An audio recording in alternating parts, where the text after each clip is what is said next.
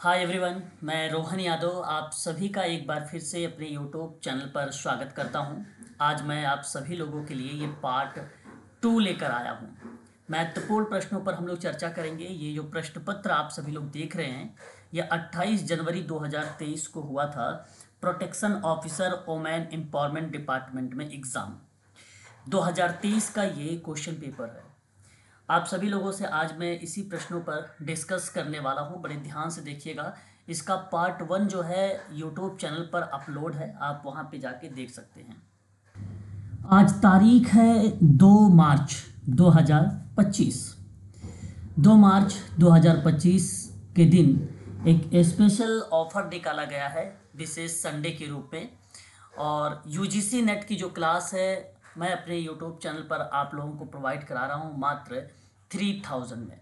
Online classes है। Special Sunday के दिन आप लोगों की जो है फीस 3000 की गई है नेट जेआरएफ की। आप देख सकते हैं यहाँ मैं आप लोगों को क्या क्या सर्विसेज प्रोवाइड करा रहा हूँ। एवरीडे लाइव क्लासेस रहेगी, यहाँ संडे ऑफ रहेगा। ठीक है, जैसे ही एग्ज़ाम नज़दीक आएगा तो मैं संडे ऑन कर दूंगा।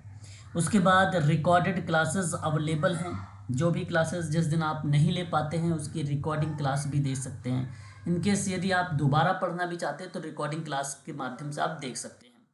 पर डे वीडियो के रिकॉर्डिंग क्लासेस आपको लिंक प्रतिदिन आपको दिया जाएगा, लेकिन लिंक जो होगा वो प्राइवेट होगा। जो बच्चे पेड होंगे वही बच्चे यहाँ पर देख पाएंगे। यूनिट वाइज आप लोगों को पीडीएफ टेलीग्राम पर प्रोवाइड कराई जाएंगी और यूनिट वाइज आप लोगों को मल्टीपल चॉइस क्वेश्चंस भी करवाए जाएंगे। प्रीवियस ईयर के क्वेश्चन पेपर जितने हुए हैं, चाहे वो मेडिकल सोशल का वर्क का हो या 2004 से लेकर 2024 दिसंबर तक का ही पेपर क्यों ना हो, इन सभी क्वेश्चन पेपर को सॉल्व करवाया जाएगा आप लोगों से। नेट जेआरएफ जून 2025 की फीस केवल आज के दिन है 3000 रुपीज़। आज संडे है, आज है 2 मार्च 2025। केवल आज ही ये ऑफर निकाला गया है। देख सकते हैं यहाँ पर। अगर आप अधिक जानकारी चाहते हैं तो ये मेरा कॉन्टैक्ट नंबर है 8506031308। ये मेरा कॉन्टैक्ट नंबर है। आप इसी नंबर पर व्हाट्सअप भी कर सकते हो, इसी नंबर पर आप मुझे कॉल भी कर सकते हो। मास्टर क्लासेस चैनल है जहाँ समाजकारी के संदर्भ में संपूर्ण जानकारी प्रोवाइड कराई जाती है। साथ ही साथ मैं अपनी यूट्यूब चैनल पर यूजीसी नेट के अलावा medical social service officer grade 2 की भी क्लासेस ऑनलाइन प्रोवाइड कराता हूँ। चाहे वो कैंसर हॉस्पिटल लखनऊ का हो या लखनऊ का KGMU हो, किंग जॉर्ज मेडिकल यूनिवर्सिटी ही। ठीक है, इसकी क्लासेस का जो समय रखा गया है आप यहाँ पर नीचे देख सकते हैं। समय शाम को है 5:45 शाम के समय में। इसकी भी फीस मात्र 3000 रखी गई है। KGMU MSSO ग्रेड सेकंड की जो वैकेंसी निकाली गई है, चाहे वो कैंसर हॉस्पिटल के संदर्भ में हो, उसकी भी फीस मात्र 3000 है और KGMU की फीस भी मात्र 3000 है। UGC नेट की फीस भी मात्र 3000 फीस ही रखी गई है।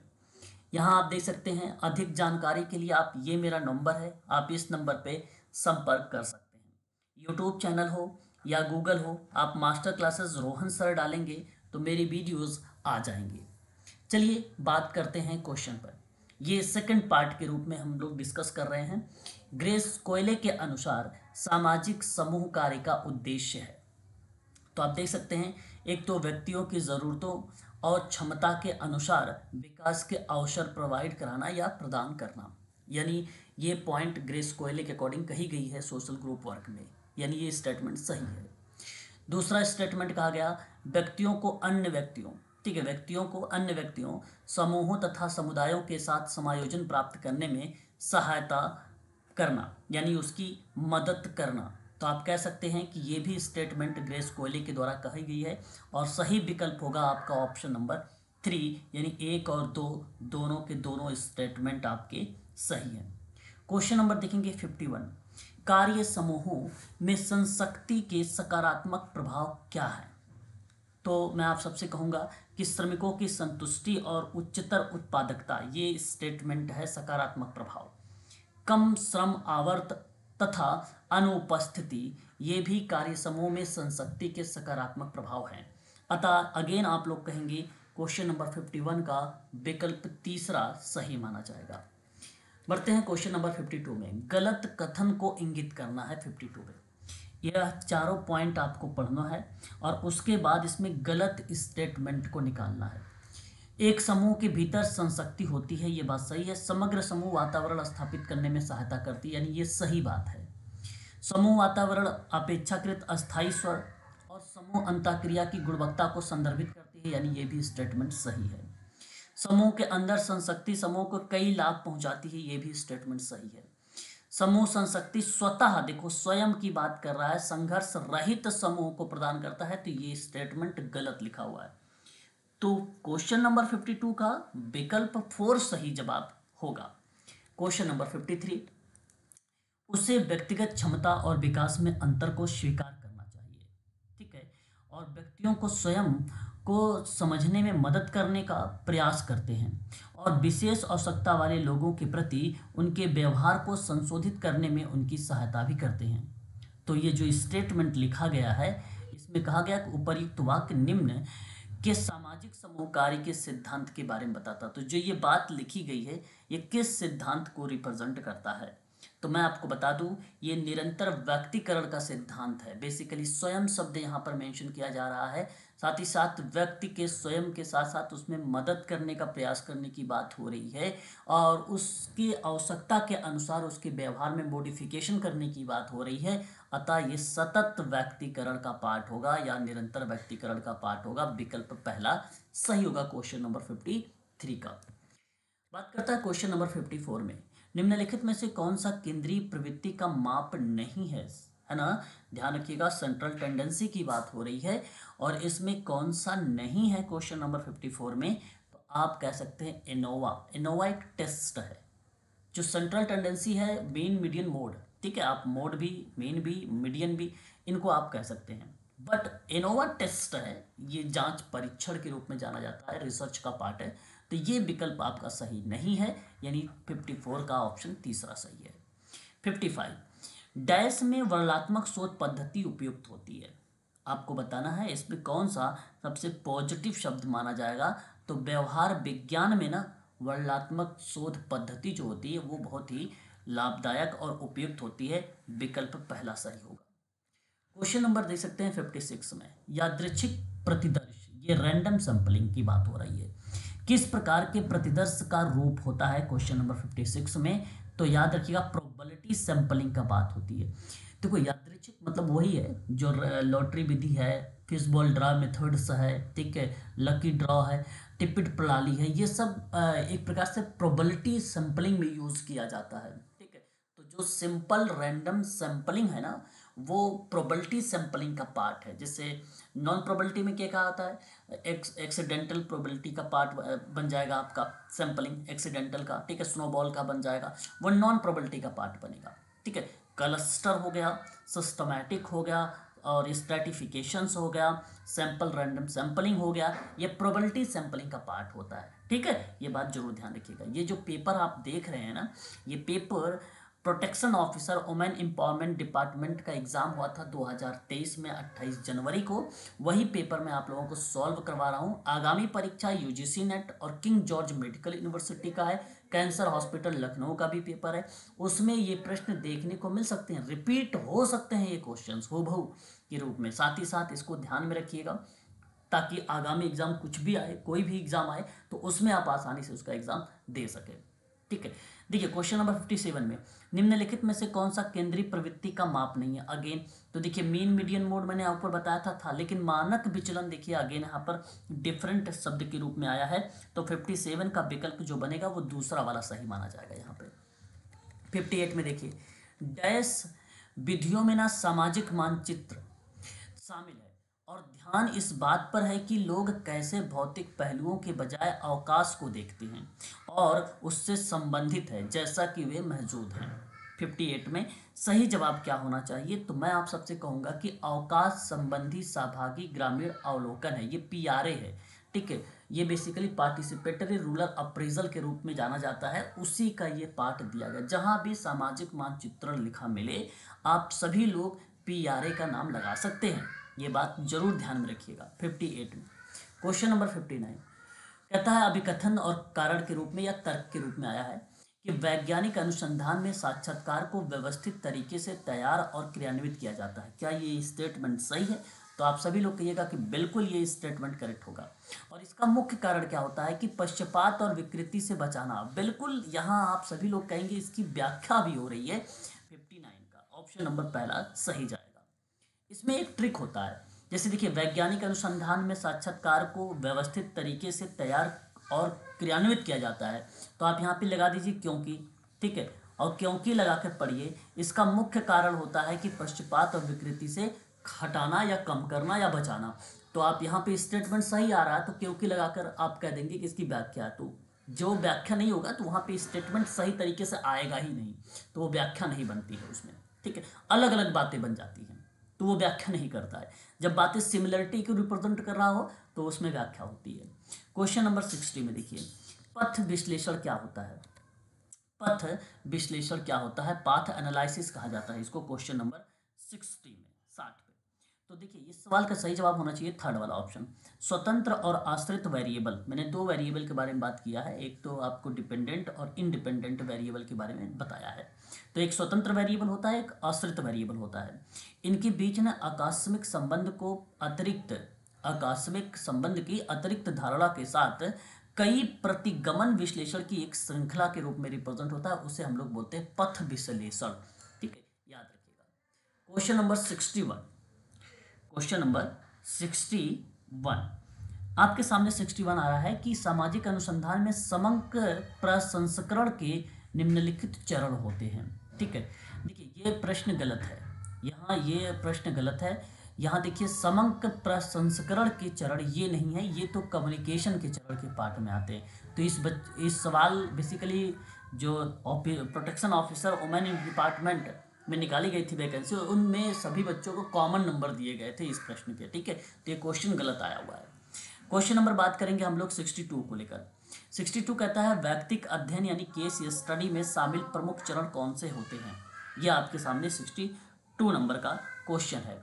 तो देखिए यहाँ पर आपको आइडेंटिफाई करना, पहला स्टेटमेंट आपको क्या कहता है? जांच की जाने वाली घटना और ध्यान की इकाई की स्थिति की पहचान करना और उसका निर्धारण करना। तो पहला स्टेटमेंट आपका सही है। केस या स्टडी के दृष्टिकोण में आपको स्टेप बाय स्टेप चीज़ों को लगाना है, तो पहला यही स्टेप आएगा। दूसरा, दी गई घटना के आधार सामग्री परीक्षा और इतिहास का संग्रह करना, यही दूसरा पॉइंट बन जाएगा, क्रम से लिखा हुआ है। उपचारात्मक विकासात्मक उपचार के आधार के रूप में कारकों का निदान करना और उसकी पहचान करना, यानी तीसरा चरण भी सही है। उपचारात्मक उपायों का प्रयोग और उपचार की चिकित्सा में इसका रोल अदा करना, यानी चौथा पॉइंट भी सही है। लागू उपचार प्रभावशीलता निर्धारित करने के लिए अनुवर्ती कार्यक्रम मतलब फॉलो अप करना, तो ये भी स्टेटमेंट 5वें नंबर पे आ जाएगा। तो 1 2 3 4 5 आप देखिए क्रम से यही स्टेटमेंट करेक्ट होगा, यानी आप कह सकते हो कि क्वेश्चन नंबर जो 62 दिया गया है ये सही विकल्प पहला होगा, ठीक है। क्वेश्चन नंबर 63, शोध रिसर्च में आप देखेंगे एक काई स्क्वायर टेस्ट होता है ना। अब काई स्क्वायर टेस्ट के संदर्भ में कौन सी बातें गलत लिखी गई है इस प्रश्न में, है ना, क्वेश्चन नंबर 63 में। तो देखो गुडनेस ऑफ फिट एक परीक्षण होता है जो बेसिकली काई स्क्वायर, ये काई स्क्वायर को उसकी गुणवत्ता को जांचने की बात करता है, ये बात सही है। शोधकर्ता को विशेषताओं के संबंध में मध्य संबंध के महत्व को परीक्षण करता है, यानी ये भी बात सही है। शोधकर्ता को पैरामेट्रिक टेस्ट की तरह होता है, देखो ये भी पैरामेट्रिक टेस्ट है ये, तो ये भी बात सही है। शोधकर्ता एक रूपता जनसंख्या वितरण का परीक्षण भी करता है, ये भी बात सही है। देखिए यहाँ सवाल पूछा गया कौन सा गलत है, गलत कोई लिखा ही नहीं है, तो इसमें भी सभी बच्चों को क्वेश्चन नंबर 63 में सभी बच्चों को कॉमन नंबर दिया गया था। आरपीएससी ने बेसिकली यहाँ पर इस पेपर में कुछ क्वेश्चंस को गलत दे दिया है, ठीक है। और ये बात मैं जो बता रहा हूँ आप लोगों को, ये चीज़ें बहुत ध्यान से सुनते जाइए, ताकि अगर आप पेपर आपको मिले तो आप सॉल्व किस तरीके से करें, ठीक है। तो यहाँ ये सारी बातें सही है, काई स्क्वायर के संदर्भ में गलत कोई भी स्टेटमेंट नहीं लिखा गया है। इस प्रश्न का सभी बच्चों का जो अंक है वो सामान्य तरीके से वितरण किया गया है सभी बच्चों को, ठीक है। क्वेश्चन नंबर 64 में देखिए, निम्नलिखित में से कौन सा सतत विकास यानी सस्टेनेबल डेवलपमेंट गोल्स है ये सामाजिक आर्थिक और राजनीतिक असमानता के बारे में बात करता है, क्वेश्चन नंबर 64 में।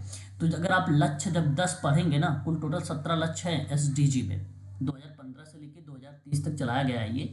तो 10वां वाला जब पढ़ोगे आप लक्ष्य, तो वहाँ पे आपको मिलेगा सामाजिक, आर्थिक और राजनीतिक असमानता के बारे में बात कही गई है, ये 10वें लक्ष्य में। ठीक है। क्वेश्चन नंबर 65 में भारत में केंद्रीय समाज कल्याण बोर्ड की संस्थापक अध्यक्ष कौन है? तो दुर्गाबाई देशमुख का नाम आपको पता होगा। अगस्त 1953 में इसकी स्थापना की गई थी। रजिस्ट्रेशन बेसिकली ये 1969 में किया गया था। याद रखिएगा, ये भी सवाल बड़ा इंपॉर्टेंट है मेडिकल सोशल वर्क के लिए। आगे बात करते हैं क्वेश्चन नंबर हम लोग 66 में। भारत में पंचायती राज संस्थानों को निम्नलिखित में से किसके लिए लाया जा रहा है या लाया गया है? भारत में जो पंचायती राज संस्थान है वो 4 ऑप्शन दिए गए हैं, उनमें कहा किसके लिए ये बेसिकली लाया गया है क्वेश्चन नंबर 66 में। तो बेसिकली ये ग्राम प्रशासन में जो कमजोर वर्गों का औपचारिक प्रतिनिधित्व करता है, उनके प्रक्रिया में भारत में पंचायती राज संस्थान को लेकर लाया गया था। तो सही विकल्प यहाँ पर 66 का दूसरा वाला ऑप्शन सही माना जाएगा। क्वेश्चन नंबर 67 में सामाजिक न्याय का मूल उद्देश्य क्या है? देखिए, ये तो बड़ा आसान सवाल है। न्यायपूर्ण सामाजिक व्यवस्था को बनाए रखना, तो ये दूसरा ऑप्शन आपका यहाँ पे करेक्ट हो जाएगा। सामाजिक न्याय का मूल उद्देश्य यही है। क्वेश्चन नंबर 68 में देख सकते हो कि निम्नलिखित में से कौन सा समाज कल्याण प्रशासन का सिद्धांत नहीं है? आपसे सवाल पूछा है सोशल वेलफेयर एडमिनिस्ट्रेशन का वो प्रिंसिपल्स नहीं है। तो समाज कल्याण में एजेंसी के लक्ष्यों को, उद्देश्य यानी ध्येय को उचित समझ रखता है, ये आपका है सोशल वेलफेयर का एक प्रिंसिपल्स। ठीक है, ये आप सही कहेंगे। समाज कल्याण प्रशासन में वित्तीय मुद्दों को एजेंसी के बोर्ड सदस्यों के साथ साझा नहीं करता। ये भाई साझा करता है, तो यहाँ देखिए ये वाला विकल्प आपका सही हो जाएगा। क्वेश्चन नंबर 68 का जो दूसरा वाला ऑप्शन है ये सही है। ठीक है, यहाँ बोर्ड के सदस्य के साथ साझा नहीं करता चाहिए, ये कहता है गलत स्टेटमेंट है, बल्कि करता है ऐसी कार्य। ठीक है, social welfare administration. Question number 69 में कहा कि कार्यात्मक दृष्टिकोण है, ये फंक्शनल पॉइंट ऑफ व्यू है। कहा कि समाज कल्याण प्रशासन में सामाजिक समस्याओं के निम्नलिखित दृष्टिकोण को शामिल किया गया है क्वेश्चन नंबर 69 में। तो मेरा कहने का मतलब है कि बिगड़े हुए सामाजिक कामकाज की बहाली करना, यानी ये स्टेटमेंट के बारे में अगर मैं बात करूं तो ये स्टेटमेंट सही है आपका। फिर पिछली सरकार द्वारा चलाए जा रहे कल्याणकारी कार्यक्रमों को बंद करना, ये गलत बात है।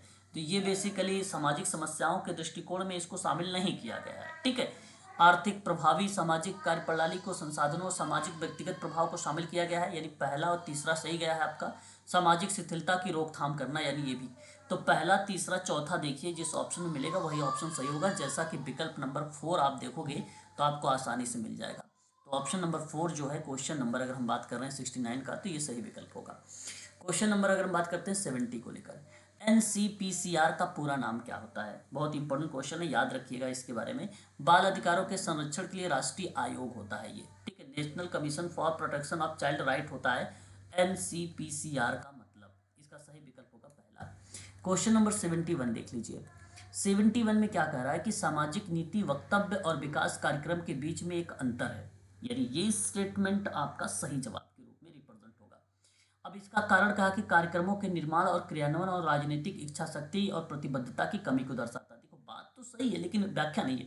अब सुनिए, यहाँ पे अगर मैं आपसे कह रहा हूँ तो यहाँ देखो सोशल पॉलिसी के बारे में जिक्र किया गया और उसके कार्यक्रम के बीच में अंतर को बताया गया, ये चीज़ें हुई। लेकिन तर्क में कहा कि कार्यक्रम जो निर्माण और क्रियान्वयन और राजनीतिक इच्छा शक्ति और प्रतिबद्धता की कमी बता रहा है, तो यहाँ पे कमी को मतलब एक बात रखी जा रही है, वो भी कार्यक्रम के निर्माण के दृष्टिकोण में, जो कि क्रियाएं बेसिकली अलग अलग हैं। तो ए अलग बात कह रहा है, आर अलग बात कह रहा है, इसलिए दोनों के दोनों स्टेटमेंट सही होंगे, लेकिन व्याख्या यहाँ पर नहीं होगा। तो आप सभी लोग कहेंगे कि 71 का जो तीसरा वाला विकल्प होगा ये विकल्प सही के रूप में प्रस्तुत होगा क्वेश्चन नंबर 71 में। क्वेश्चन नंबर बात करेंगे 72। निम्नलिखित का आपको उद्देश्य बताना है, ये किस पार्ट का उद्देश्य है केवल क्वेश्चन नंबर 72 में। स्वैच्छिक समाज सेवा एजेंसियों के विकास को बढ़ावा देता है, महिलाओं और बच्चों के, दिव्यांग जैसे विशेष सहायता की आवश्यकता वाले जो व्यक्ति होते हैं, विशेष समूह और स्वैच्छिक कल्याण कार्यक्रमों को सहायता करता है, ये भी बात सही है। जानते हैं ये बात कहाँ की हो रही है? ये दोनों बात आप जब केंद्रीय समाज कल्याण बोर्ड पढ़ेंगे ना, उनकी बात ये लिखी गई है। ठीक है, विभिन्न केंद्र और राज्य सरकार की कल्याणकारी सेवाओं का समन्वय करता है। ये कौन काम करता है? केंद्रीय समाज कल्याण बोर्ड करता है। कल्याण के नए कार्यक्रम को विकसित करना, पायलट परियोजना को व्यवस्थित करना, अभिनय और आम आदमी की आम आदमी के करीब है। तो इस तरीके की जो प्रक्रियाएं लिखी गई, ये जो बातें बताई गई हैं, वो केंद्रीय समाज कल्याण बोर्ड की है, जिसकी स्थापना अगस्त 1953 में हुआ था। दुर्गाबाई देशमुख ने इसकी प्रथम अध्यक्षता के रूप में रोल किया था। तो आप नीचे देखिए, यहाँ पे कूट कौन सा बनना चाहिए, तो सेकंड वाला बनना चाहिए, केंद्रीय समाज कल्याण बोर्ड। ठीक है, ये चीज़ जरूर ध्यान में रखिएगा। क्वेश्चन नंबर देखिए नेक्स्ट, कौन सा अधिनियम है जो वन में रहने वाले आदिवासी समुदाय के अधिकारों को मान्यता देने से संबंधित है? क्वेश्चन नंबर 73 में। तो सही विकल्प के रूप में अगर हम लोग बात करते हैं, वन अधिकार एक अधिनियम है 2006 में, ये आदिवासी समुदाय के अधिकारों को साझा करता है या उसकी मान्यता के संदर्भ में रिप्रेजेंट होता है। भारतीय उत्तराधिकार एक अधिनियम है 1925, जिसमें दंड प्रक्रिया संहिता की धारा 125 है। अब बताइए 125 की जो धारा है वो किसको रिप्रेजेंट करती है 74 वाले क्वेश्चन में? तो बच्चों का भरण पोषण अभावग्रस्तता को बचाने के संदर्भ में करती है। सही विकल्प आपका पहला यहाँ पर होगा, ऑप्शन नंबर। ठीक है, तो ये जो सवाल आप लोग देख रहे थे पार्ट 2 में, ये पार्ट 2 था सोशल वर्क का question paper, protection officer women empowerment department का एग्जाम हुआ था इसका 28 जनवरी 2023 को।